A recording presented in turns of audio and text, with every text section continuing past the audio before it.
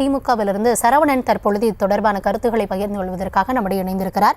சரவணன் வணக்கம். தற்பொழுது தாவேக தலைவர் விஜய் அவர்கள் முதலமைச்சர் கூறியதை மேற்கோள் காட்டி, அதாவது ஒன்றிய அரசுக்கு தான் நீட் தேர்வை ரத்து செய்யறதுல அவர்கள் கையில தான் அந்த அதிகாரம் இருக்கு அப்படின்னு சொன்னதை குறிப்பிட்டு, அப்போ நீங்க மக்களை ஏமாற்றுகிறீர்களா அப்படின்ற கேள்வியை முன் வச்சிருக்கிறாரு. இதற்கு உங்களுடைய பதில் என்ன?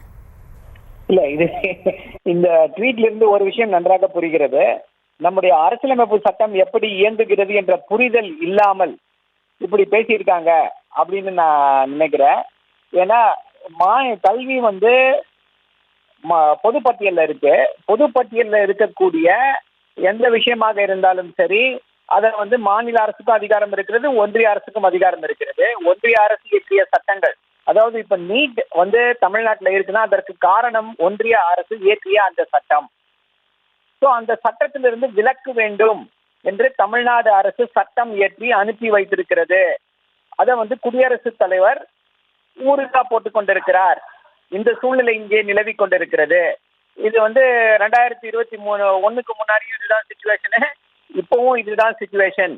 தமிழ்நாடு அரசு எந்த விதமான நடவடிக்கையும் எடுக்கவில்லை, நீட்டை பத்தி கண்டுக்கவே இல்லை அப்படின்னா இந்த குற்றச்சாட்டுகளுக்கு ஏதோ ஒரு ஆதாரம் இருக்கிறது அப்படின்னு சொல்லி நம்ம நம்பலாம். தமிழ்நாடு அரசு என்னென்ன நடவடிக்கைகளை இதற்காக எடுத்திருக்கிறது அப்படின்றத பார்க்கும் பொழுது இவர்களுக்கு இந்திய அரசியலமைப்பு சட்டம், இந்திய ஜனநாயகம் எப்படி இயங்குகிறது என்ற அந்த அடிப்படை புரிதல் இல்லையோ அப்படின்ற அந்த ஒரு சந்தேகத்தையே இது கிளப்புகிறது.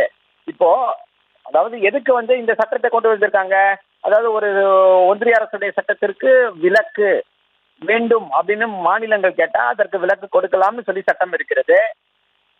ஏன் அப்போ ஒன்றிய அரசு கொடுக்காம இருக்குது? நம்ம விலக்கு கேட்டிருக்கோம். தமிழ்நாடு அரசுடைய ஒரு ஒட்டுமொத்தமான ஏகோபித்த ஒரு மனதாக ஆதரவு கொடுத்து அனுப்பப்பட்ட சட்டம். அப்போ ஒட்டுமொத்த தமிழ்நாட்டின் நாடி துடிப்பு இந்த சட்டத்தில் அடங்கி இருக்கு. ஆனா அந்த சட்டத்தை நாங்கள் துச்சமாக மதிப்போம், அந்த சட்டத்தை இங்கதான் திணிப்போம் அப்படின்னு சொல்லக்கூடிய பாஜகவை நோக்கி உங்களுடைய அந்த கேள்வி எதுவும் போக மாட்டேன்னுது.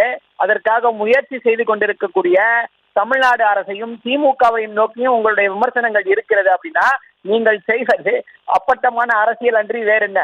அடிப்படை புரிதல் இல்லாத அரசியல். இந்த தருணத்தில் இணைப்பில் உங்களுடைய கருத்துக்களை பகிர்ந்து கொண்டமைக்கு நன்றி திரு சரவணன்.